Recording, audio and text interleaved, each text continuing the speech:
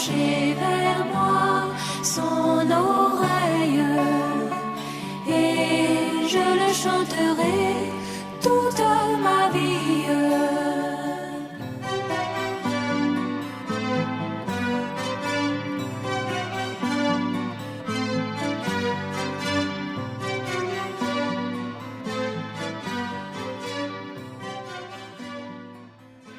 Soit Dieu vous bénisse. Que Dieu bénisse son serviteur. Alléluia. Avant de commencer la méditation de la parole de Dieu, je vous transmets les salutations de notre frère Kofi de Lyon, celle de notre frère Anzara de Montréal et celle de notre frère T et son épouse. Ils étaient ensemble et ils saluent très cordialement l'assemblée d'Abidjan qui est aussi leur assemblée. Que Dieu nous bénisse. Alléluia. Vous savez que nous ne sommes pas tous ensemble dans le même lieu ici, mais chacun de son côté continue de marcher. La Bible dit que Enoch marcha avec Dieu. Ce sont des repères très importants pour nous. Enoch marcha avec Dieu pendant 300 ans. Ce n'est pas 300 jours, 300 ans. Puis il ne fut plus parce que le Seigneur le prit. Alléluia. Mais avant qu'il ne soit enlevé, il reçut le témoin de Dieu qu'il était agréable à Dieu. On dit amen à cela. Nous attendons, nous tous, le témoignage de Dieu. Un témoignage intérieur. Que notre cœur soit convaincu que chacun de nous est agréable à Dieu. Et cela est possible. Cela doit avoir lieu dans notre cœur. Nous sommes venus de quelque part. Nous étions quelque part, le Seigneur nous a appelés. Et nous a justifiés. Il nous a sanctifiés. Il doit aussi nous remplir. Et rendre témoignage de chacun de nous. Que celui-ci est mon fils bien-aimé. Alléluia. C'est le témoignage qu'il a rendu de son fils. Celui-ci est mon fils bien-aimé en qui j'ai mis toute mon affection.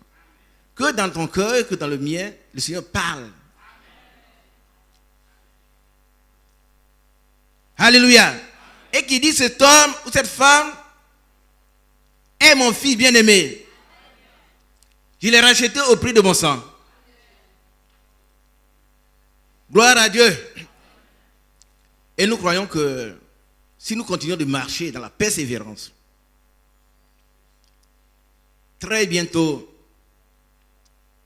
par rapport au témoignage, c'est maintenant. Maintenant, mais le Seigneur peut déjà rendre témoignage à toi. Il dit que cet homme-là, c'est mon fils.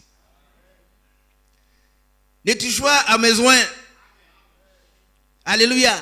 Mais quand Satan va commencer à se débattre, le Seigneur lui dira, ne touche pas à cet homme, c'est bon oin. Ne touche pas. Vous savez que Satan, quand Dieu lui ordonne de faire quelque chose, eh bien, c'est ce qu'il fait. Quand il met un stop, il ne peut plus avancer. Alléluia. Ayons un bon témoignage. Que Dieu rend témoignage de chacun de nous. Le témoignage des hommes est bon, mais celui de Dieu est primordial. Non seulement il est meilleur, mais il est primordial. À ce moment-là, nous pouvons chanter avec assurance ce qu'on a chanté. La dernière tempête, c'est la mort. Alléluia. La dernière tempête, c'est la mort. Mais quand nous serons en train de mourir, nous allons rentrer radieux au port. Nous allons dépouiller les âmes. Ici et maintenant, nous sommes dans un champ de bataille. Un combat contre le diable et ses démons qui ont été déjà vaincus à Golgotha. Pas seulement il y a 2000 ans, mais dès avant la fondation du monde. C'est à ce moment-là que l'agneau de Dieu a été immolé. Que nos noms ont été écrits dans le livre de vie de l'agneau. C'est pour cela que nous n'allons pas adorer ni l'image, la bête, ni la bête. Dites Amen. Amen. Vous savez, nous n'allons pas entrer dans tout ce qui se fait pour être conduit à adorer l'image de la bête. Alléluia. Amen. Que le nom du Seigneur soit béni. Amen. Soyons donc persévérants. Notre thème, nous le poursuivons, la persévérance. Et comme sujet, c'est Hébreux chapitre 10, verset 36. Nous avons besoin de persévérance. Là-bas, il est écrit, vous avez besoin, mais ici inclus. Nous avons besoin de persévérance. Il faudrait que ces choses soient rappelées. Et quoi, plus d'une fois, j'ai dit que si aujourd'hui l'Église a grandi, c'est parce que les premiers qui ont reçu ces messages ont persévéré. Ils ont persévéré dans les difficultés. Ils ont enduré des épreuves. Il y a des moments où même ils ont été frappés. Oui. Ils ont été frappés. Il y a une soeur, je ne vais pas lui demander de se lever. La dernière fois, j'ai demandé son témoignage. Elle m'a dit, nous étions là, nous. En 1978, elle a été bannie de sa famille. Et les frères, l'un des frères que je nomme pas maintenant, il a été battu. Une nuit, des frères ont été chassés de leur village. Mais vous ne savez pas des choses, hein? Vous venez seulement tranquillement vous asseoir. Il faut qu'on vous dise que... Non, si ces choses vous arrivent un jour, ne pensez pas que c'est quelque chose d'extraordinaire. Ça veut dire que vous aussi, vous marchez dans les traces ensanglantées de Christ. Pourquoi ces traces sont ensanglantées? Mais parce que lui-même, il a été ensanglanté. Il a été battu à mort. C'est ce qu'on appelle la passion. La passion, c'est la souffrance. La souffrance de Christ. Le Seigneur a souffert. Et il dit, si quelqu'un veut me suivre,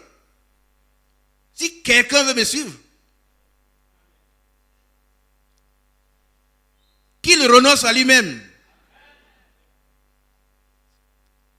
Et qu'il charge ses charges chaque jour de sa croix. Et qu'il me suive. Gloire à Dieu. Si quelqu'un veut venir après moi, qu'il renonce à lui-même, qu'il se charge de sa croix et qu'il me suive. Gloire à Dieu. Suivre Jésus, c'est marcher sur un chemin difficile, rocailleux, mais c'est le chemin de la persévérance. C'est un chemin où nul impur ne peut marcher. Sinon, Isaïe 35. C'est le chemin royal, la voie royale, réservée à ceux qui persévèrent. Et là, sur ce chemin, il n'y a pas de lion, il n'y a pas de bêtes féroces. Aucun impur ne peut y marcher. Isaïe 35. Cela est réservé aux rachetés. Aux rachetés qui rentrent chez eux dans des chants d'allégresse. Alléluia. Ah, mais avant de chanter, ils ont souffert, ou ils souffrent encore, mais ils chantent. Ils chantent dans leurs difficultés, ils chantent. Parce que, mais lorsque viendra la dernière tempête, le Seigneur sera toujours avec nous. Nous allons rentrer radieux au port. Radieux. Et tout joyeux. Rempli de la présence du Seigneur. Rempli de sa vie. Nous allons abandonner cette terre avec ses calamités. Vous savez, si on nous demandait, on nous faisait voir un peu le ciel, là où nous allons habiter, même le millénium, nous allons vivre avec le Seigneur sur cette terre, purifié. Alléluia. Purifié. Mais on allait même dire au Seigneur, viens bientôt. Viens bientôt. Donc très bientôt, nous allons nous réjouir avec lui dans la gloire. Nous avons besoin de persévérance. La persévérance, je rappelle pour ceux qui arrivent pour la première fois, c'est la ténacité, c'est la fermeté, c'est le courage, c'est le zèle qui nous pousse à continuer la marche, à surmonter les obstacles. Parce que le diable place beaucoup d'obstacles sur nos chemins. Le découragement, c'est l'une des armes les plus chères au diable. Je suis venu, frère, je suis allé voir dans votre église, je n'ai rien eu. Je n'ai pas trouvé de travail, je n'ai pas trouvé de mari, je n'ai pas trouvé de femme. Alors le diable va dire, tu vois, ils t'ont raconté des histoires, tu es allé, tu n'as rien vu. C'est la même chose. Dites au diable, arrière de moi Satan. Arrière de moi Satan. Et reprenons la marche. Que chacun reprenne la marche où il a laissé. La persévérance est capitale pour le chrétien. Persévérant dans la prière. Bien aimé, celui qui ne prie pas, il est déjà vaincu. Il faut le retenir. Si un chrétien ne prie pas, il est déjà vaincu. Non seulement il doit prier, mais il doit persévérer dans la prière. Il doit prier en tout temps, quelles que soient les circonstances. Il doit aussi persévérer dans l'amour fraternel. Mais là encore, nous aurons des obstacles. Nous aurons devant nous beaucoup d'ingrats. Mais ce n'est pas à cause d'eux que nous allons laisser la pratique de la persévérance, l'amour fraternel. La Bible dit, ne vous lassez point de faire le bien. Dites amen à cela. Amen. Dites encore amen. Amen. C'est important. Hein? Plus vous ferez du bien,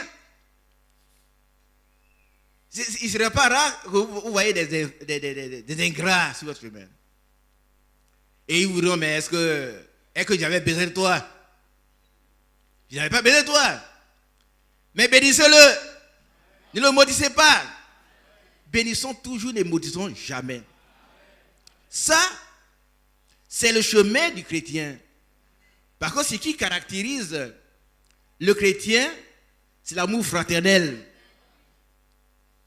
Et les saints vieilles sages remplis du Saint-Esprit manifestent la plénitude par l'amour fraternel, l'amour parfait.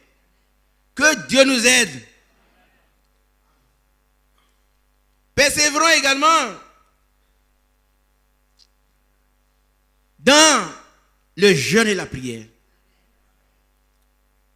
C'est important. Le serviteur fidèle a dit, il est temps que ceux qui ont cru en ce message commencent à prier et à jeûner sincèrement. Est-ce que nous allons commencer? Avons-nous commencé à prier et à jeûner sincèrement? Pas de façon hypocrite, mais sincèrement. Parce que Dieu regarde au cœur. Si nous jeûnons, nous prions avec des murmures, avec des plaintes, Dieu aussi voit. Nous recevons notre bénédiction. Hein? Quand on jeûne et puis on murmure, on fait du bien et puis on murmure. Nous sommes déjà récompensés hein, par nos murmures. Parce que notre charité soit sans hypocrisie. Et le Saint-Esprit que le Seigneur nous a donné nous aidera à marcher dans la charité sans hypocrisie. Alléluia.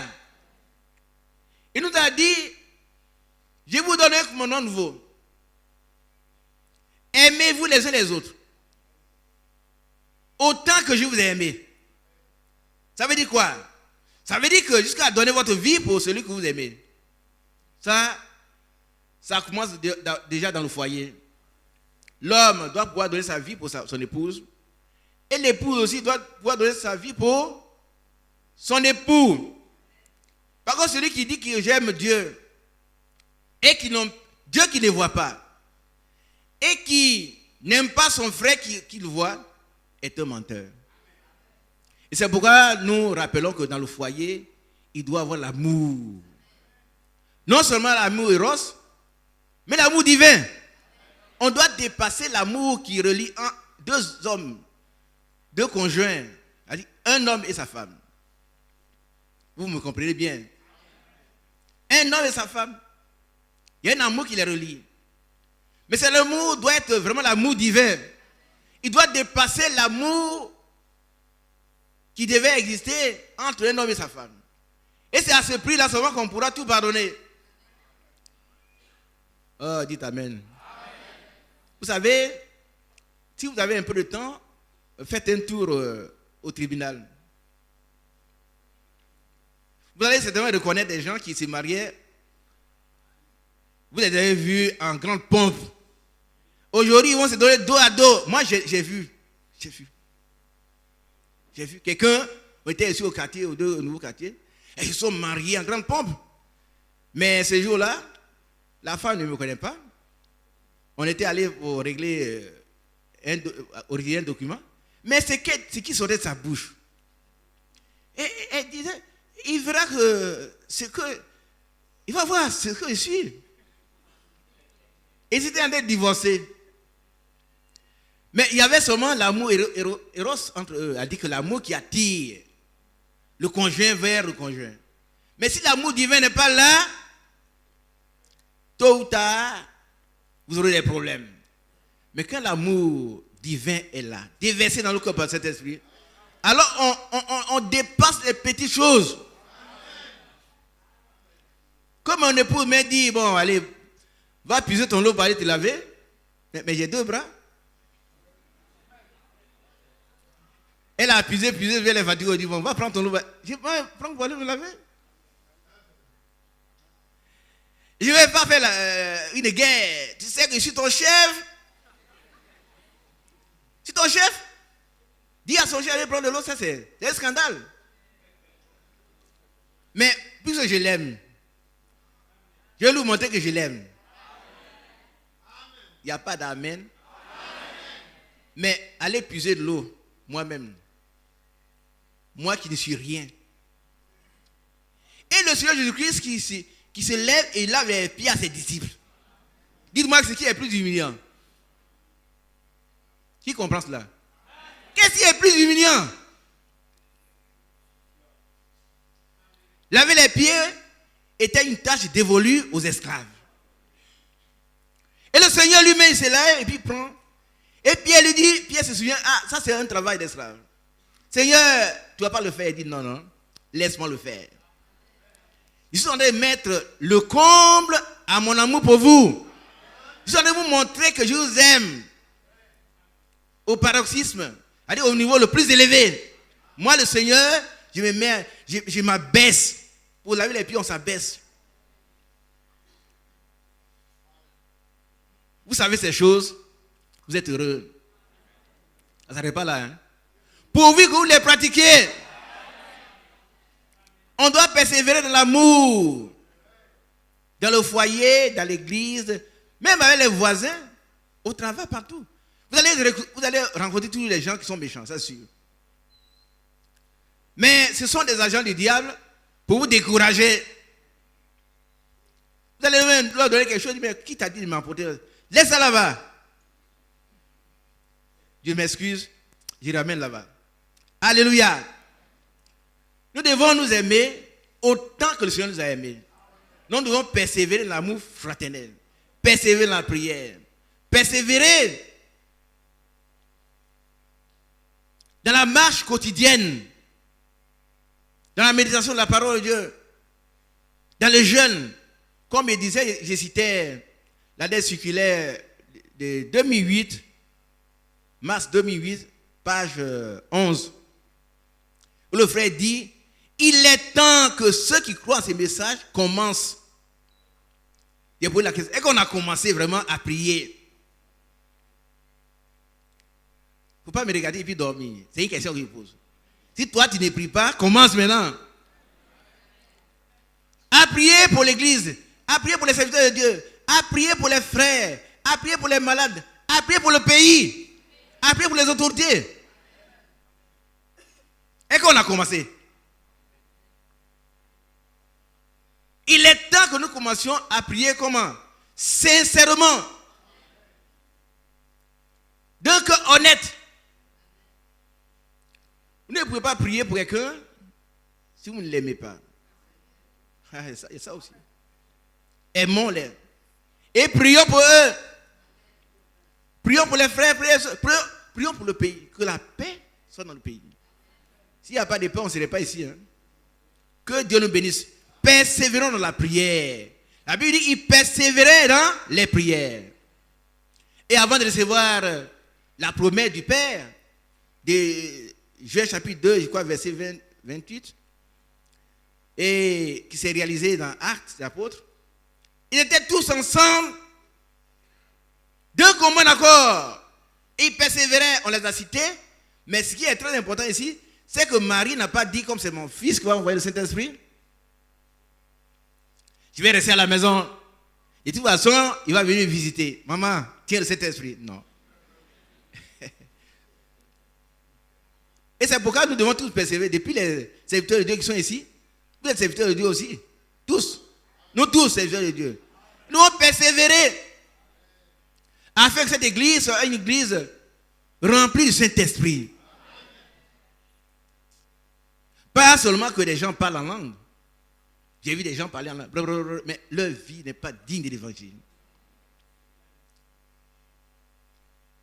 Pour parler en langue et puis mener une mauvaise vie. Et ça, ce n'est pas le Saint-Esprit. Le Saint-Esprit n'habite pas dans un corps souillé. C'est Dieu lui-même, c'est l'Esprit de Dieu, le Saint-Esprit. C'est l'Esprit de Christ. Que Dieu nous bénisse. Persévérons dans la prière. Il est temps que ceux qui ont cru ce message persévèrent. Commence. J'ai posé la question, qui n'a pas encore commencé? Ça, levez la main. Mais commençons maintenant à prier sincèrement. Si vous n'avez pas de problème personnel, priez pour moi. Qui a déjà entendu ça? Je répète toujours. Priez pour moi. J'ai besoin de vos prières. J'ai besoin de vos prières. Priez pour moi. Restez là pendant 1 heure, je prie pour le frère Isaac. Il serait très heureux. Il pourrait me tenir ici pour apporter la parole de Dieu. Demandez au Seigneur de me remplir pleinement. Si vous n'avez pas de problème. Mais moi, par la grâce de Dieu, je prie pour tout le monde. Je prie pour tout le monde. Que Dieu vous bénisse. Il persévère dans la prière. Nous devons persévérer dans les prières. Si on ne prie pas, on est déjà vaincu. Là, il est écrit ici dans Hébreux chapitre 6, verset 11. Nous désirons que chacun de vous montre le même zèle. Alléluia. Nous désirons. C'est pas nous, c'est pas le frère Mathias, frère Badi, frère Ali. C'est pas nous, hein. C'est dans la parole de Dieu que le nous se trouve. Nous désirons que chacun de vous montre le même zèle. Alléluia. Il s'agit de quel zèle? Le zèle que vous aviez dès le premier jour où on vous a annoncé ce message. Vous aviez du zèle. En tout cas, moi, il peut rendre de moi du zèle que j'avais. Toi aussi, tu dois pouvoir rendre de moi. Il y avait un zèle, c'est-à-dire un courage, un dévouement. On était dévoué aux choses de Dieu. Et ici, il est écrit, nous désirons que vous montriez le même zèle. Pas un autre zèle, pas un zèle amer. Effectivement, il y en a qui font un travail amer. Un zèle destructeur. Si quelqu'un a du zèle pour aller dénigrer les frères, on ne parle pas de ce zèle-là. Là où il y a le zèle amer, il y a la division, il y a les problèmes. Mais ici, c'est un zèle véritablement sanctifié. Alléluia. Ayez du zèle et non de la paresse. Romains chapitre 12, versets 9 et 13. Ayons du zèle et non de la paresse. Qui a bien compris cela? Dans tous les domaines, que ce soit à l'église, que ce soit dans la cuisine, que ce soit au bureau, partout, que ce soit sur la route, vous êtes policier, il faut être zélé. Faites votre travail avec zèle. Il ne dit pas que vous devez faire comme les autres. Il a bien compris. les bien-aimés policiers, vous êtes là, ne faites pas comme les autres. Mais si on doit vous apprécier, on doit dire que vous êtes un policier exemplaire. Alléluia. Qu'on n'ait rien de mauvais à dire sur vous. C'est quelqu'un, quand il est de faction quelque part, il fait le travail correctement. Soyons zélés et n'ayons pas de paresse. La dernière fois, j'en ai parlé un peu. Je crois que les bien-aimés frères ont compris que s'il y a un esprit de paresse en eux, ils doivent prier jusqu'à ce que cet esprit disparaisse. Il ne vient pas de Dieu l'esprit de paresse. Non, non, non, non. Il est écrit dans Deutéronome 28, verset 12. J'ouvrirai le ciel, mon trésor, mon beau trésor, le ciel, je l'ouvrirai. L'Éternel t'ouvrira son bon trésor, le ciel, pour vous envoyer à ton pays la pluie en son temps. Pourquoi? Parce que tu as du zèle. Par contre, tu es obéissant. Il va envoyer la pluie en son temps. La pluie, c'est quoi? C'est la bénédiction. Quand il ne pleut pas, bien aimé, c'est grave. Aujourd'hui, vous prenez nos routes de nos villages, chez moi ici, c'est la poussière. C'est la poussière. Donc la pluie est un symbole de la bénédiction. Mais cette pluie va venir et pour bénir tout le travail des mains. Qui a bien compris cela? Tout le travail, mais pas le vol. Pas le vol. Si tu es un voleur, une voleuse, abandonne ça. Si tu es une prostituée, si tu es un coureur de jupon, abandonne cela. Alléluia. Regardez ici. Notre père Abraham, l'homme qui a persévéré pendant 25 ans, et il a eu un enfant. Ça, je vous renvoie, lisez ça, c'est à la page 6. Après la persévérance, il a été exaucé. Il a eu l'enfant. Et voilà ce que le frère Abraham a écrit. Abraham a été testé par la parole. Est-ce que tu croiras, Abraham, que tu auras un fils? Il dit oui. Il dit amen. Cela a duré. On s'est moqué de lui. Ah oui, c'est vrai. On dit que le vieux là, ça ne va plus. Non seulement il a entendu une voix qui lui dit de quitter son pays, et puis il est parti. Maintenant il raconte des histoires à dormir debout.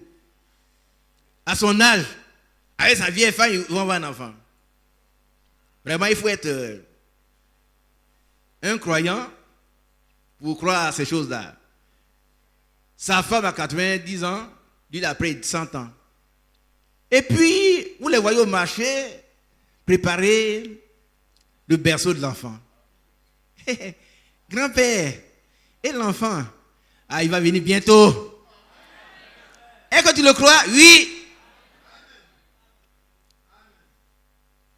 Sans faillir dans sa foi, il crut. Il espéra contre toute espérance. C'est-à-dire là où on ne doit plus espérer. Sous les moqueries des gens, il a cru. Alléluia. Sa foi était vraiment une foi profonde.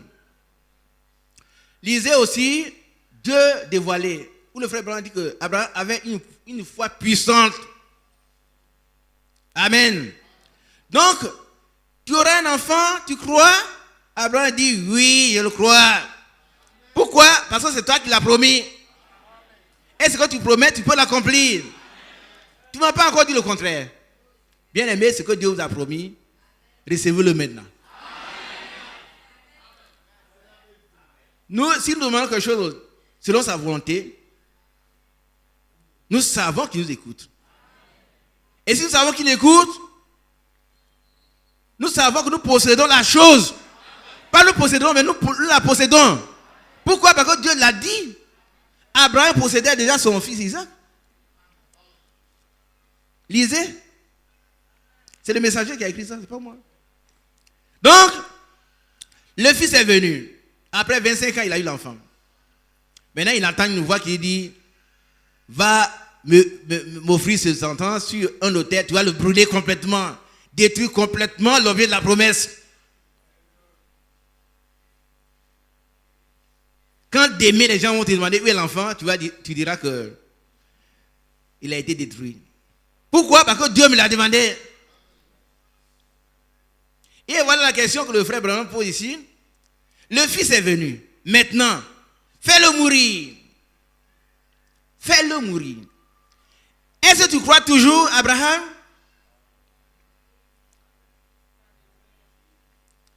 Ne voyez pas n'importe quel film. Tu as bien compris. Ne regardez pas. Moi, j'ai vu un film sur Abraham. Dès que j'ai vu Abraham, j'étais content. Alors, c'était Abraham de ces films, qui n'est pas le nôtre. Il a pris le couteau et il dit, ah, Dieu, toi aussi. Un chrétien ne dit pas Dieu, toi aussi. Il obéit à tout ce que Dieu dit. Il persévère dans la parole de Dieu. Notre père Abraham n'a pas dit Dieu, toi aussi. Alléluia. Voilà ce qu'il dit. Le fils est venu. Maintenant, fais-le mourir. Est-ce que tu crois toujours, Abraham?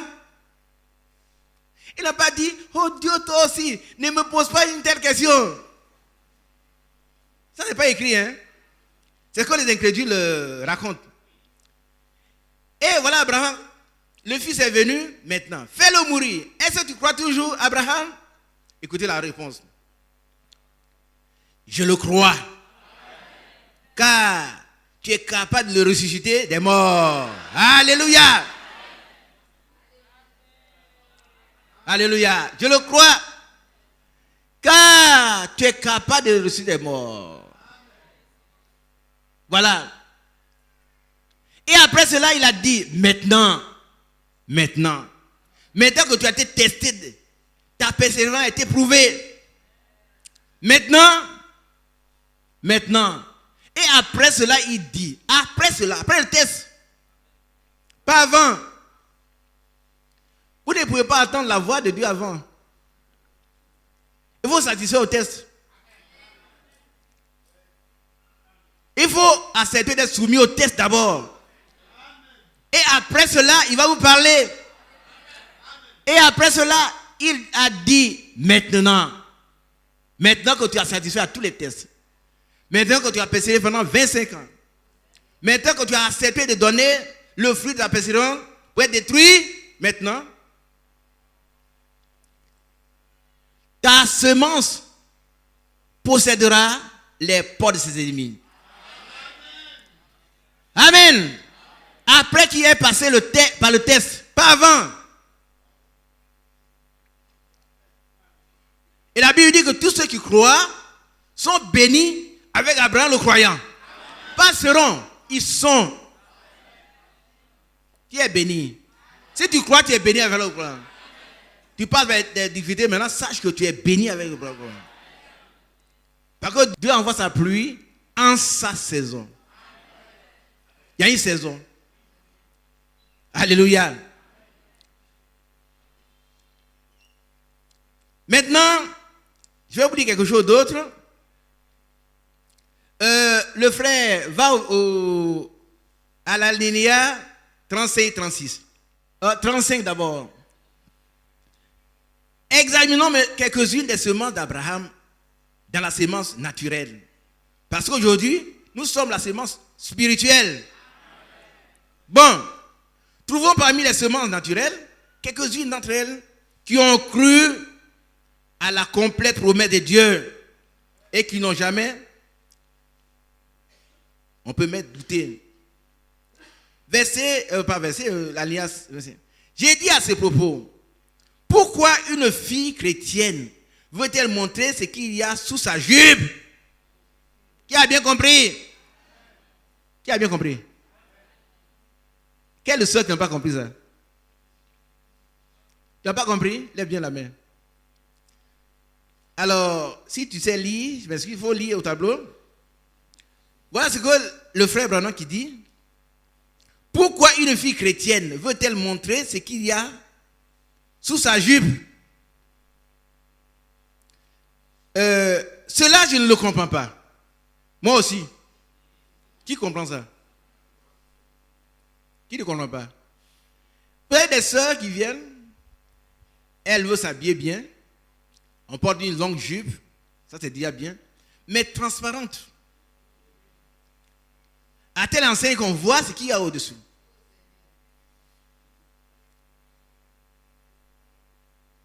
C'est comme si on n'était pas habillé. Et frère Branham dit, depuis 1964, ça c'est après l'ouverture des sceaux, il dit,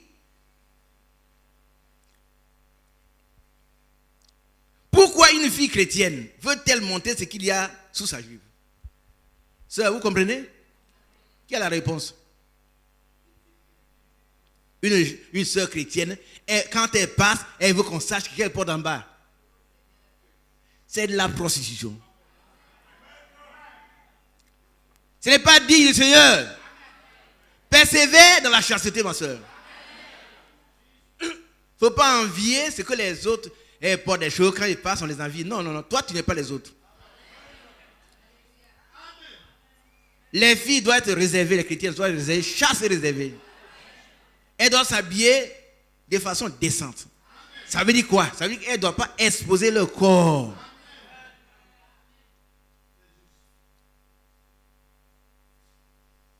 Cet esprit, c'est le même esprit qui a séduit Ève.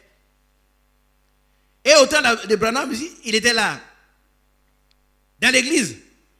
Parce que ici, il dit, pourquoi une fille chrétienne veut-elle montrer ce qu'il y a sous sa jupe? Cela, je ne le comprends pas. Alors, les sœurs, les jeunes filles qui s'habillent encore, on enlève les bouts d'oreilles, mais on vous habille pour que les gens voient. Et là, s'ils me voient, ils vont me prendre. Tu te trompes. Par contre, les véritables frères remplis de cet esprit, ils ne vont pas te regarder. Ils ne vont pas te regarder. Tu les gênes.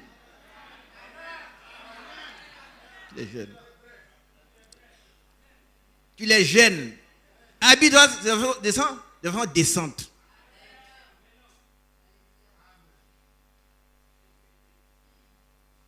Alléluia. Et il y a un temps pour chaque chose, hein, mon frère. Maintenant, c'est le temps, il dit ce qu'il a dit. Donnez tout le conseil de Dieu. J'ai dit à ces propos, pourquoi une fille chrétienne, pas une païenne, veut-elle? Le frère emploie des mots, c'est elle qui veut. Quand vous voyez une fille qui s'habille de façon provocante, c'est parce qu'elle veut provoquer. Elle veut provoquer. Si on me voit, alors les frères vont me prendre. Depuis longtemps, je suis dans l'église. Et celles qui sont, elles viennent d'arriver, on les a déjà épousées. Mais demande-toi pourquoi on ne t'épouse pas. Raisonne dans l'autre sens. Pourquoi depuis longtemps on ne me prend pas? Parce qu'il y a des éléments mauvais qui sont encore en toi. Et puis Dieu ne va pas te proposer à son fils. Il y a encore un esprit de séduction dans ton cœur. La prostitution n'est plus pratiquée de façon dans les rues. Mais dans ton cœur, il y a encore la prostitution. Et comme Dieu connaît les cœurs, il ne va jamais te conduire vers un frère, ni un frère vers toi. Tu vas rester dans l'église pendant des années, tu vas moisir. Avec tes jupes scandaleuses. Frère Baptiste, lève-toi. Un jour, une sœur nous a vus au cours d'un mariage ici. On ne lui a rien dit. Nous parlons devant Dieu. On lui a fait aucun reproche. Par contre, il y a un temps pour chaque jour. T'es marié, on était là. Et nous regarde, frère, je vous gêne. C'est pas ça? Il dit, je sais que je vous gêne. Je lui ai dit pourquoi? Parce que je suis mal habillé. Tout ça s'est sorti comme ça. Et puis elle se promène dans l'église d'Abidjan ici. Quand on parle, pensez que c'est. Il faut corriger. L'église, la correction, le jugement commence par la maison de Dieu. Amen. Parce que l'église du Seigneur est la colonne Et l'appui de la vérité. Et puis vous les frères aussi qui portez des choses trop serrées. Qu'est-ce que vous voulez montrer? Les biceps. Faut montrer qu'on est bien porté, non. C'est pas juste. C'est pas bien. Soyons décemment habillés. Ouais, le frère Franck, il est toujours en costume, bien habillé. Vous allez voir le frère Franck, Branham, c'est la même chose. On ne dit pas que tout le monde doit être en costume. Il y en a qui n'aiment pas les costumes. Donc, on n'est pas obligé pour des costumes. Mais ce que tu portes, il ne faut pas que ça gêne les autres. Ah, ces femmes-là, quand elles arrivent devant vous, maintenant elles s'assoient de côté. Elles mettent un mouchoir ici. Mais assois-toi devant moi. Si tu es bien habillé. Une sœur ne doit pas s'habiller comme ça. Ne venez plus dans l'église habillé comme ça. Vous suyez l'église. Dites Amen. Soyez corrects. Nous voulons que l'église soit remplie de cet esprit. Et en même temps, si vous avez écouté Élie et le frère de farine, je crois ça. Vous écoutez dedans, le frère Branham dit que il y a encore des choses qui sont en vous, des mauvais comportements, vous voulez que le Saint-Esprit vienne? Commencez par enlever tout cela. Nous voulons que l'église soit remplie de Saint-Esprit. Alors on doit commencer à apporter ces choses dans l'église. Quitte à chacun de faire ce qu'il veut. Par contre, nous serons enlevés individuellement. Nous serons enlevés individuellement. Deux personnes qui sont sur les mêmes lits, lui sera prise, l'autre sera là. Pourquoi? Ça dépend de leur persévérance. Parce que quand tu te portes, tu t'habilles comme ça, on dit, ah, celui-là, c'est un vieux jeu. Il s'habille mal. Au début de ces messages, on s'est moqué pour nos soeurs. On dit, quand on les voit, on dirait des hommes.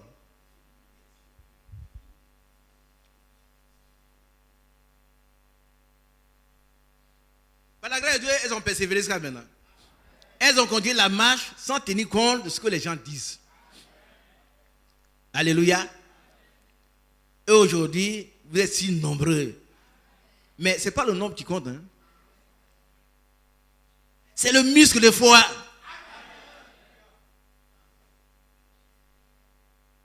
Si c'est un nombre, alors vous savez qui Dieu va prendre.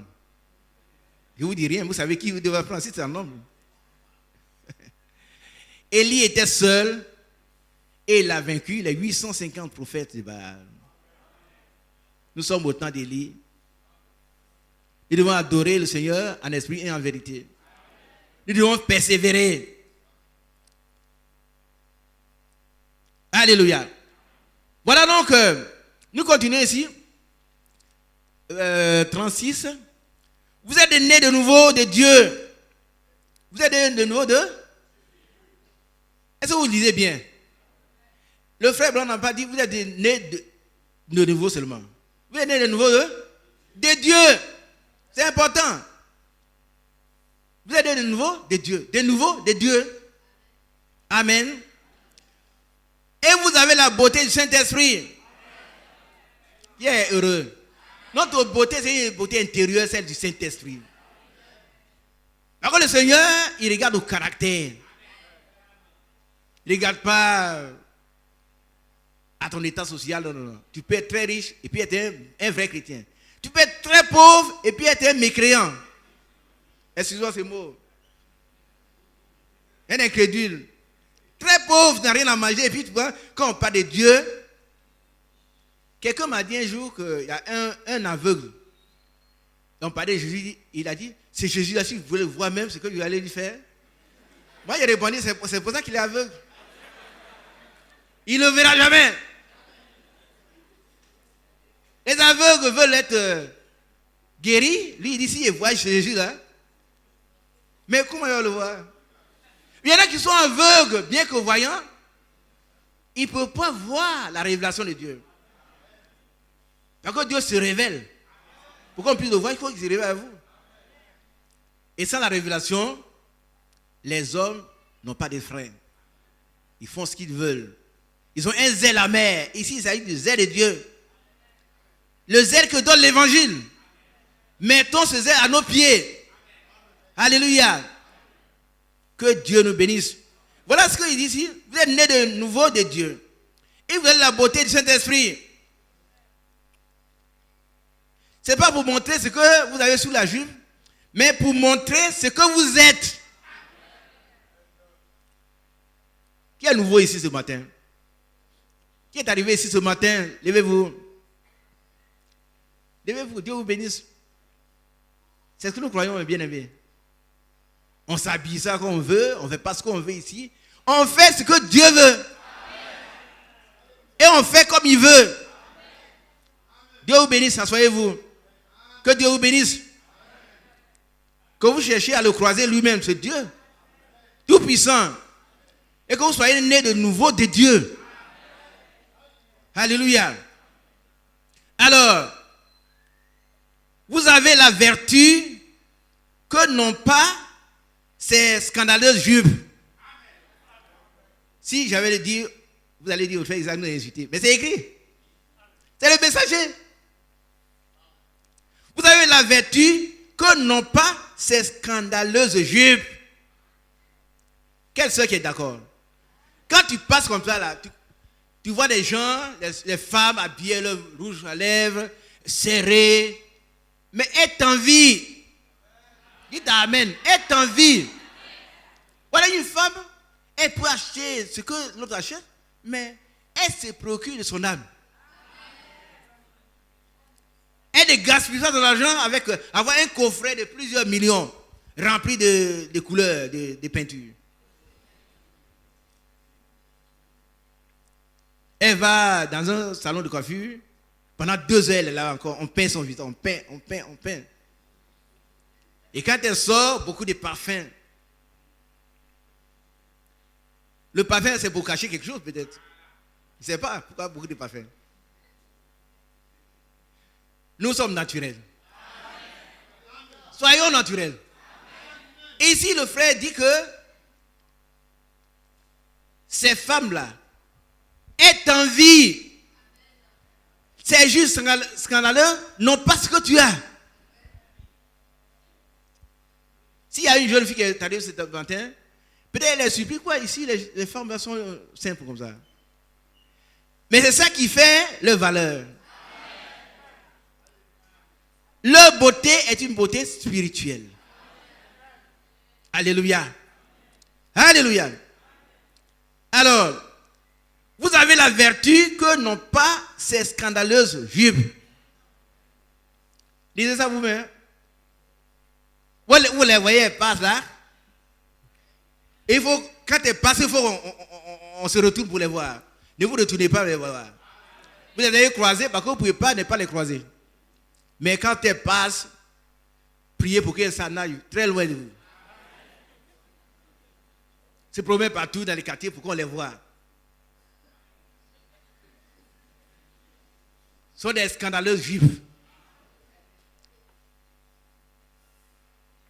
Elles n'ont pas la vertu que toi tu as. C'est comme Marie.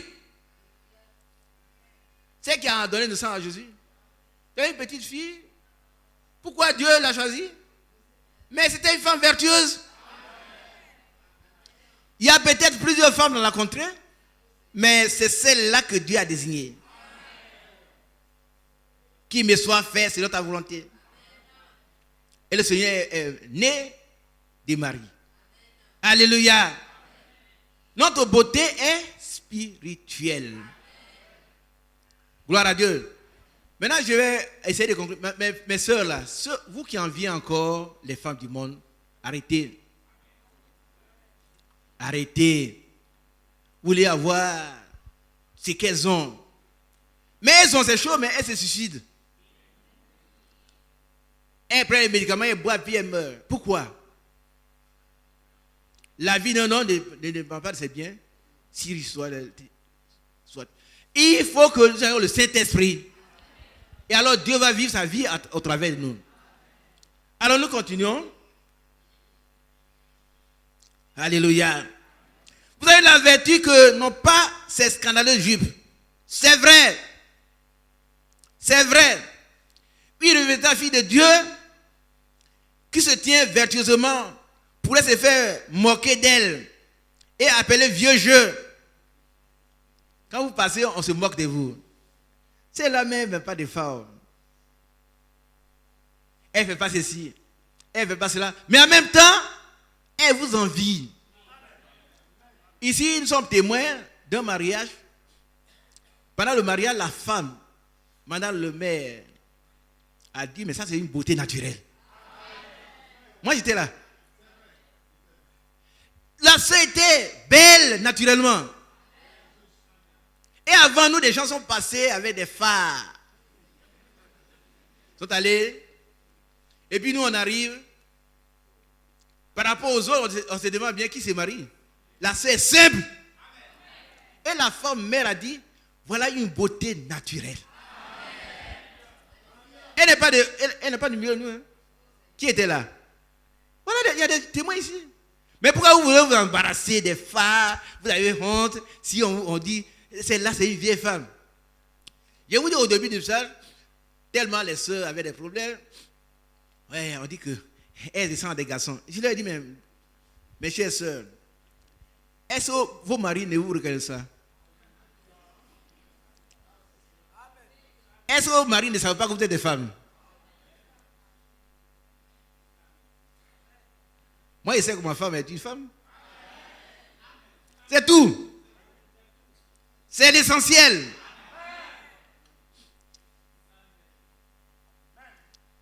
Tu n'as même pas à manger, tu veux te colorier. Hein? Occupe-toi de toi-même. Prépare-toi pour le salut. Amen. Oh, Dieu soit béni. Une véritable fille de vieux qui se tient vertueusement pourrait se faire moquer d'elle et appeler vieux jeu. Mais si on se moque d'elle, il y a un mais.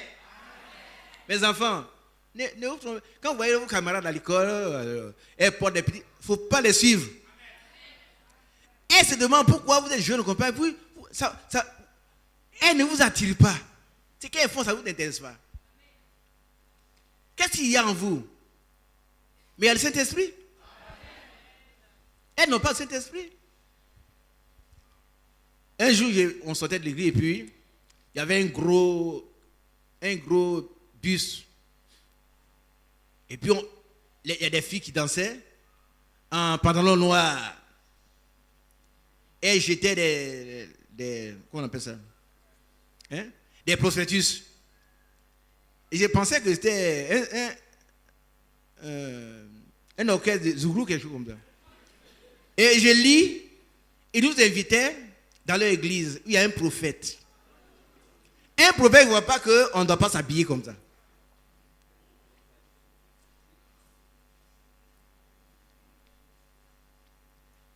C'était juste à Gandhi là. Elles dansaient sans un pantalon. Et puis, toutes leurs formes extérieures sont extérieures. Et puis, elles lancent, venez, le bishop. Non, il n'est pas bien, c'est bishop. Qui n'est pas capable de dire la chose élémentaire que tu dois faire. Va d'abord te déshabiller et t'habiller correctement. Et puis, tu viendras me parler. Il passait devant une certaine église. Et une femme qui vient entendre, hein, bon, une grande église. Hein. Ça, c'est. Il dit, mais. Viens entendre ça, on vous invite. Toi, tu m'invites. Il faut que toi-même, tu vas convertir d'abord. Elle dit, mais pourquoi? Il dit, tu ne sais pas que tu dois te comporter comme une femme. Et puis elle est fâchée, c'est pas là. Il dit, ma soeur, moi, il ne fait pas par là. Il faut aller te convertir. Il ne va pas m'asseoir. Et puis, il a fait, non. Va te convertir d'abord. Toi, que tu n'es pas converti, tu viens amener les choses à quoi? Les autres que tu appelles là, c'est pour... Ils vont venir faire quoi?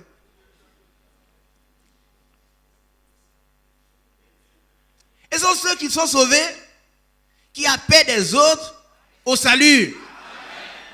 Mais toi, tu es enchaîné. Elle m'a regardé bizarrement, je suis parti. Elle voulait engager des discussions. Non. Excuse-moi. Ce n'est pas le temps.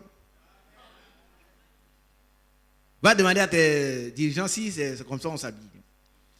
Alléluia. Alors, mais elle a quelque chose que les autres ne peuvent pas toucher. Ah, ça vous dit rien? Non, je n'ai pas entendu.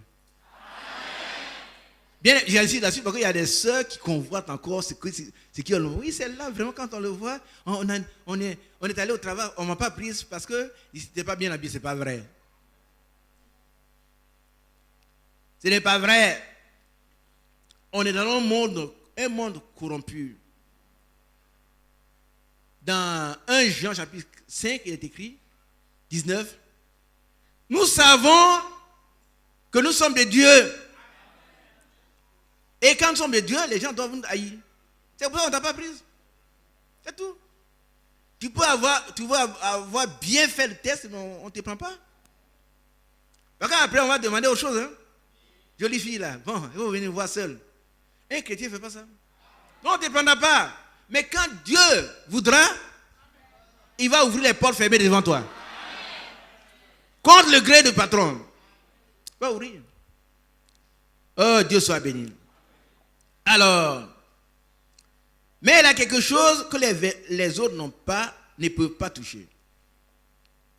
Qu'elles ont perdu. Amen. Est-ce que vous comprenez ça? Qui comprend? La jeune fille qui est chrétienne, convertie, née de nouveau, elle a quelque chose que les autres ont perdu. Oh, il y a la petite. Tu comprends ça?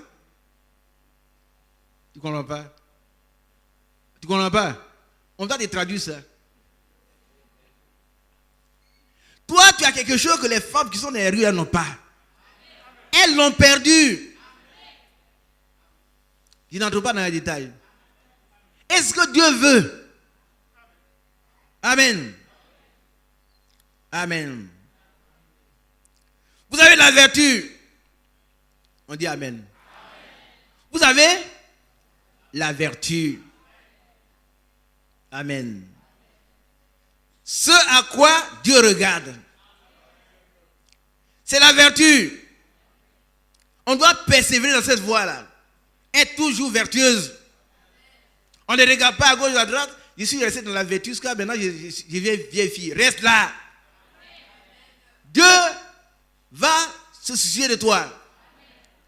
Le Seigneur, l'Éternel a dit par rapport aux enfants d'Israël, ils n'ont pas persévéré dans mon alliance.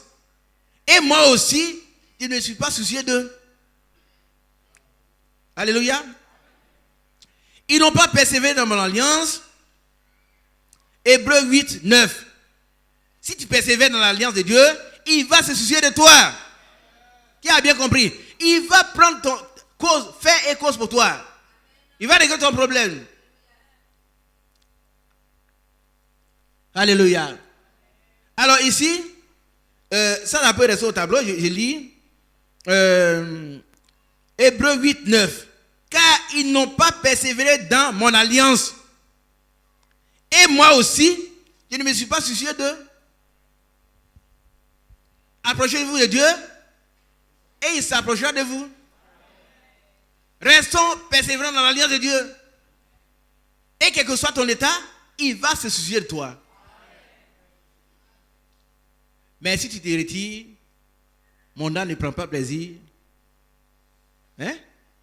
en toi. Nous ne sommes pas de ceux qui se retirent pour se perdre, mais nous sommes de ceux qui ont la foi, qui persévèrent la foi pour sauver leur âme. Alléluia. Car vous avez la vertu. Ce à quoi Dieu regarde, c'est la vertu. Vous voyez? C'est une question, qui voit? Qui voit? Répondez à la question là. Vous voyez? Qui voit? Qui voit que la vertu est la chose la plus importante? Vous allez voir, on va terminer. J'y prendrai du temps, si je me porte bien, priez pour moi, pour qu'il continue. Après, les frères auront le temps de continuer. Prenez Proverbe 31, et puis on va terminer par là. La prochaine fois, si Dieu le permet, on va voir des exemples de gens qui ont persévéré. Il y a Abraham, vous connaissez, mais il y a d'autres personnes aussi. Proverbe 31. On va s'arrêter là aujourd'hui.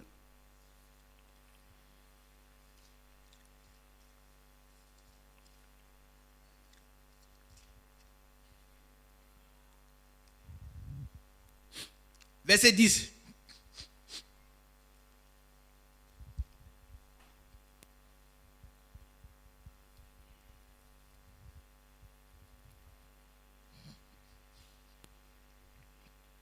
Tout à l'heure, le frère m'a dit que vous avez de la vertu. Et les hommes n'ont pas de vertu, ils n'ont plus de vertu. Elles n'ont plus de vertu, ils ont perdu la vertu. Elles se vendent, elles vendent leur corps pour de l'argent.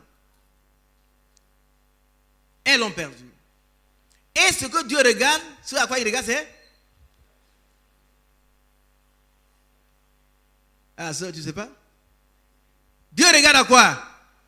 À la vertu. Parce qu'une chrétienne a une beauté spirituelle. Peut-être vous allez me dire, frère, cette beauté, pourtant, je ne trouve pas à manger. Qui a créé la bouche? C'est Dieu. Il va te nourrir. Si tu n'es pas hypocrite, si tu es sincère, il va te nourrir. Alléluia. Qui peut trouver une femme vertueuse? Pourquoi cette question est-elle posée? On n'est pas au mariage, mais nous préparons un mariage. Qui le sait? Le mariage pour aller au ciel. Il faut que nous soyons vertueuses et vertueux. Qui peut trouver une femme vertueuse? Pourquoi on pose la question? Pourquoi? Qui a dit? Lève-toi, frère. Non, lève-toi. Lève celui qui a dit. Il n'y a pas de... Oui. Frère Richemont, Dieu te bénisse. Alléluia. On ne ramasse pas les femmes comme ça dans les rues. Mais on cherche des femmes vertueuses. Et qui peut en trouver? Qui peut? Elles sont rares. Vous savez, il y avait un certain moment de la vie de cette église. Je ne rappelle pas, c'est des moments douloureux. Des frères étaient quelque part. Il y a un qui m'a vu. Frère, viens chez nous. On ramasse le Saint-Esprit là. J'ai dit, frère, je n'irai pas là où on ramasse le Saint-Esprit. Le Saint-Esprit est Dieu lui-même. Si vous le ramassez, c'est un mauvais esprit.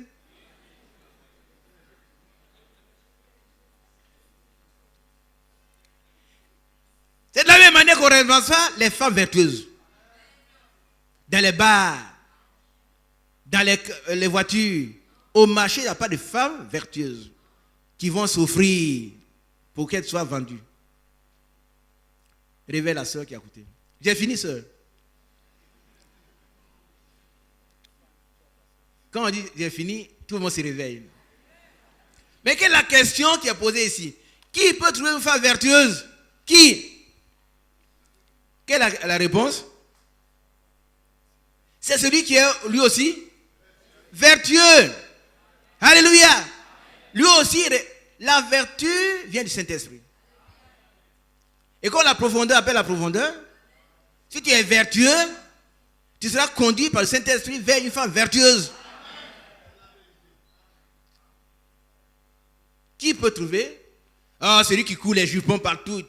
Je me suis levé pour marier. Je suis venu dans votre église là. Par contre, j'étais là-bas. Je n'ai pas trouvé une femme. Ici, est-ce qu'on peut trouver une femme? On a vu se marier. Si tu es venu pour se marier ce matin, tu t'es trompé de lieu. Nous sommes ici pour nous préparer pour un grand mariage. Et le Seigneur nous a donné son Esprit Saint qui nous remplit de sa vertu. Ce que Dieu regarde, c'est la vertu. C'est le caractère. Dans l'union invisible, le frère dit que c'est le caractère que Dieu recherche. Et si vous voulez vous marier comme un chrétien, vous devez chercher le caractère. C'est pas beau. Le beau nez, c'est bon. Si le nez est bien droit, la forme est très belle, avec un bon caractère, gloire à Dieu. Mais un nez bien droit, toutes les belles formes, tu peux risquer de tomber sur une Jézabel. Jézabel. Jézabel n'a pas réussi à séduire Élie. Elle a séduit qui? Akab. Donc tu viens ici, si tu es Jézabel, tu ne peux séduire que des Akab. Mais les vrais enfants de Dieu, tu n'as pas de chance. Eux, ils se préparent. Et comme celui qui est fils de Dieu est conduit par le Saint-Esprit, il sera conduit par le Saint-Esprit vers une femme vertueuse. Moi, je le crois. Et il aura un foyer béni. Gloire à Dieu. Qui peut trouver une femme vertueuse? Elle a bien plus de valeur que les perles. Les perles coûtent cher, hein? Mais une femme vertueuse, sans perles, elle n'a pas de perles au cou. Mais elle coûte plus cher que les perles. Le cœur de son mari a confiance en elle. Alléluia. Je m'arrête là, hein? On va commenter un peu, puis on s'arrête, on va prier. Est-ce que vous comprenez un peu? Alors, vous savez que même dans les traditions, les gens connaissent les femmes vertueuses. Dans la rue, il y avait une discussion sur la palabre. Et puis, entre les hommes, ils se sont dit, mais aujourd'hui, il n'y a plus de femmes. Bonnes femmes, il n'y en a pas. Et puis, un homme qui a dit que ma femme, c'est une bonne femme. Ça, c'est ma femme, elle est bonne femme. C'est une femme soumise. Il y a des qui ne viennent pas ici, qui sont soumises. Oui. Alors, il appelle sa femme, devant tout le monde. Frère, viens ici. C'est pas ma femme, hein. Il faut que je vous le dise. Qui a bien compris? C'est pas ma femme, c'est mon frère. Comme ça, bien clair, c'est pour illustrer ce que je suis en train de dire. N'allez pas mimer, oui, c'est sa femme, non. Alléluia. C'est mon frère, il est pasteur, il est serviteur de Dieu. Amen. Alors, il faut qu'on dise tout, parce que il y a trop de personnes qui sont dans l'église et qui cherchent les petites choses pour aller raconter des histoires pour leur propre ruine. Alors, voilà, ils étaient ensemble et il dit, ma femme, c'est une femme soumise. Les autres ont dit, non, il n'y a plus de femmes soumises. Il dit, vous allez voir. Il appelle sa femme, elle est venue. Et puis il lui dit, chérie, d'abord il a montré sa main. Elle est comment? Ma mère, qu'est-ce qu'il y a là? Rien. Et puis devant eux, il a fermé. Il dit, chérie, tiens, va garder ça. Ferme ta main. Mets ta main, ta main fermée. Ouais, ouais. Et puis, elle est partie. Ça vous fait rire. Qui veut être comme cette femme-là, parmi vous? Nous autres, on vient ici à l'église avec son mari et tout. Et regarde-moi, c'est quoi qu'on a? C'est quoi? C'est quoi? Tu as fait ça à la maison, ça, tu veux me ridiculiser devant tes camarades ici. Tu m'appelles, et puis tu vois, qu'est-ce qu'il y a dans ta main?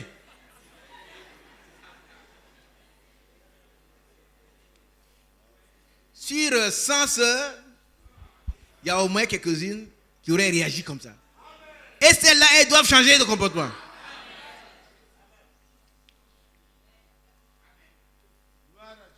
Alléluia. Alors, elle est partie. Elle dit, bon chéri, il veut garder la chose. Elle est tellement précieuse. Il n'y avait rien. Les autres sont tus. Bien aimé, quand on parle du message, et que vos parents vous voient, vos maris vous voient, ils doivent témoigner.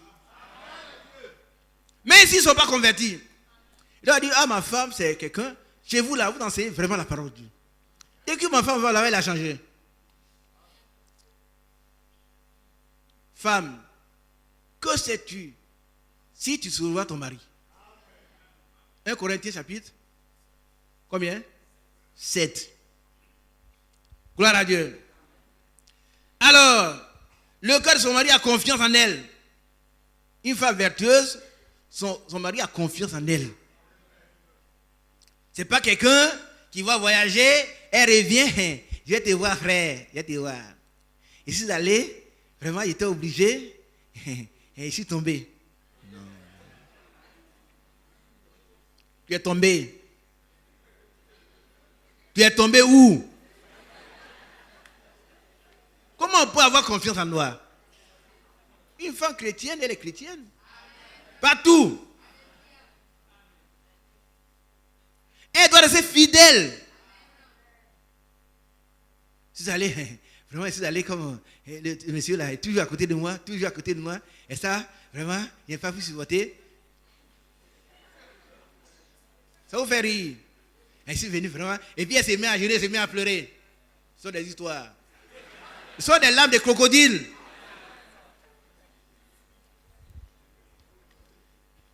Dieu t'a donné un libre arbitre. Quand tu dis non, c'est non. J'assume ce que je dis, mes soeurs. Moi, je suis marié. Et c'est une femme qui ne veut pas, on ne peut pas l'obliger. C'est vrai ou c'est faux?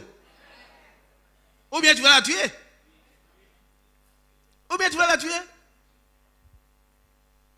Mais ce qu'on raconte là, ça vient de l'enfer. La femme vertueuse, elle peut voyager, aller partout, faire son combat. Le cœur de son mari a confiance en elle.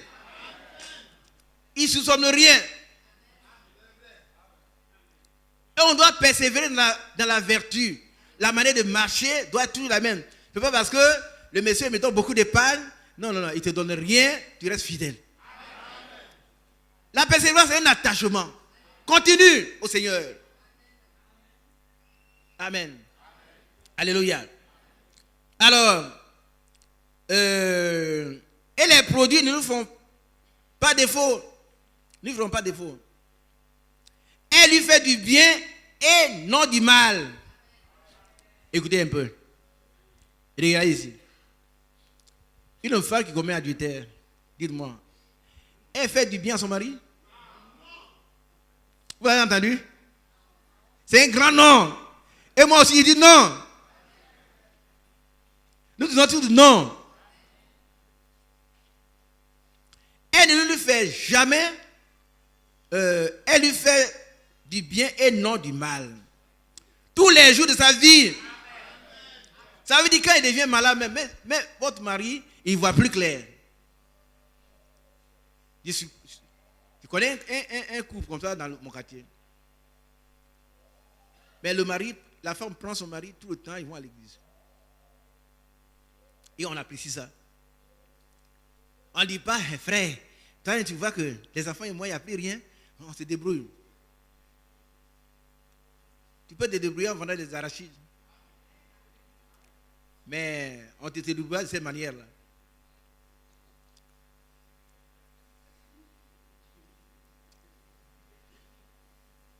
Elle lui fait du bien tous les jours de... Bien aimé, vous riez, mais c'est valable pour nous aussi. Qui est d'accord? Un homme chrétien, vraiment chrétien, j'ai dit, si vous êtes tombé déjà une fois, c'est pas... Vous êtes repenti, c'est bon. Mais quand vous êtes chrétien, si vous êtes né de nouveau, vous ne devez jamais, plus jamais connaître une autre femme. Plus jamais. Plus jamais. Oh, il dit, je fais Isaac. Si, je le déclare. Et puis, il l'assume. Parce que c'est Dieu qui rend témoignage. Votre femme est votre femme seule. C'est tout. Vous trouvez beaucoup de femmes belles qui, dans votre bureau. Non. Il faut faire attention. Pas de plaisanteries avec ces femmes-là. Ah oui, vous allez voyager. Vous savez, un jour, un ami, j'ai fini, à 15 peut-être, je vais arrêter. Un camarade, un collègue, il vient me voir, il dit son mot. Tu sais que ma patronne, là, elle est devenue ma femme. Quand on voyage, elle dit, mais tu es un criminel. Il dit, mais tu es un criminel. comme ça. Et la femme, elle est très contente. Elle va bien le noter. Mais qu'est-ce que Joseph va faire? Il a fui. Fuyez l'impudicité. Hein? On ne partage pas la femme de quelqu'un avec lui. C'est son trésor particulier. Je vais m'arrêter là. Persévérons dans la chasteté. Plus de masturbation. Tu avais honte. Toi-même qui fais ça, tu as honte. Et tu n'as pas honte. Quand tu te découvres là, tu as honte. Qu'est-ce que je suis en train de faire là? Tu as honte. Non, arrête ça. Il faut que tu gardes ta vertu. Ce à quoi Dieu regarde, c'est la vertu. Les femmes vertueuses, elles sont rares. Peut-être tu es là. Je suis très jolie, pourquoi les frères ne me prennent pas? Regarde ton cœur, comment il est. Est-ce que le monde t'a quitté? Est-ce que le monde a quitté ton cœur? Si le monde quitte ton cœur, par la grâce du Seigneur, par son esprit, tu vas voir que demain, il y a un frère qui va venir. Non, ça, il veut te prendre. Ah, moi? Oui, c'est toi. Que Dieu vous bénisse. Nous avons besoin de persévérance. Le dernier passage, c'est la fin de ce chapitre.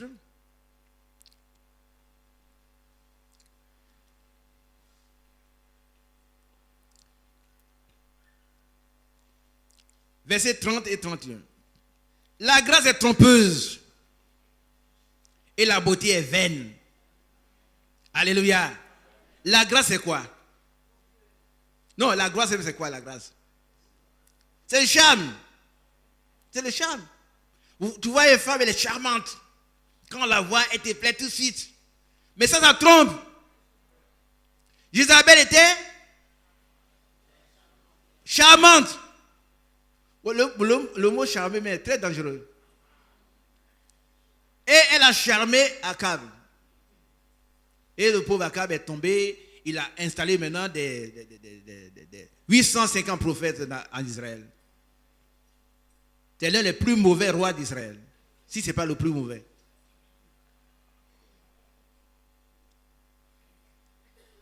Ici, la grâce est trompeuse et la beauté est vaine. Disons amen. Ça ne veut pas dire que quand les sœurs sont belles, ce n'est pas bon. C'est bon. Mais s'il n'y a que la beauté corporelle, elle est vaine. Par contre, la beauté d'une chrétienne, c'est la vertu du Saint-Esprit. Amen. C'est la vraie beauté. C'est son caractère. Quand Christ viendra nous prendre, je dis nous, par contre, je suis inclus. Il va regarder à notre caractère, à la vertu que Saint-Esprit a placée en nous. Il ne va pas regarder à notre taille, à notre connaissance des brochures. Non. Mais est-ce que nous avons vécu selon une vie vertueuse? Alléluia. La grâce est trompeuse et la beauté est vaine. Amen. La femme qui craint l'Éternel. Amen. La crainte de Dieu, c'est quoi? C'est la haine du péché. Sous toutes ses formes. Si tu crains l'Éternel, tu dois haïr le péché. Commence par la soumission à ton mari. Commence par lui obéir. Vous savez, aujourd'hui, vous allez, on donne le livret de mariage. On dit, tenez, c'est la loi. Vous devez prendre. C'est des histoires. Tenez. Mais le chrétien, la chrétienne sait très bien que son chef, c'est son mari. Mais si on vous prenez, mais dans votre cœur, vous savez que votre mari est votre chef. Alléluia. Alors, récompensez-la. Non, la femme qui craint l'Éternel est celle qui sera louée. Récompensez-la du fruit de son travail. Amen. Bien-aimés, soyons des gens qui travaillent avec tremblement et zèle à leur à leur salut. Ne nous relâchons pas. Travaillons à notre salut. Et qu'au porte ses œuvres la louent. Gloire à Dieu. Dieu vous bénisse. Je suis en train de finir. Regardez ici. Par rapport à la persévérance. Je crois que je vais m'arrêter là. C'est suffisant. La prochaine fois, on va continuer si Dieu le permet. Donc, j'attends vos prières pour qu'il puisse me tenir ici encore. Maintenant, si avant cela, je vous dévance, je vais ressusciter avant vous. Ça me rassure. Que Dieu vous bénisse. Bien-aimés en ligne, que Dieu vous bénisse. Soyez persévérants. Sachez que notre beauté est une beauté spirituelle. Que nous avons la vertu que les autres n'ont pas. Continuons de persévérer dans la chasteté, persévérer dans la prière, persévérer dans le jeûne et la prière. Prions avec sincérité. Jeûnons afin que le diable, avec le Seigneur, mette un stop au diable. Alléluia. Que son beau nom soit béni. Amen.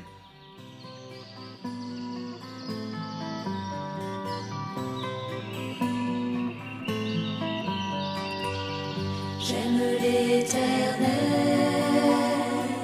car il entend ma voix. Il a penché vers moi son oreille, et je le chanterai toute ma vie.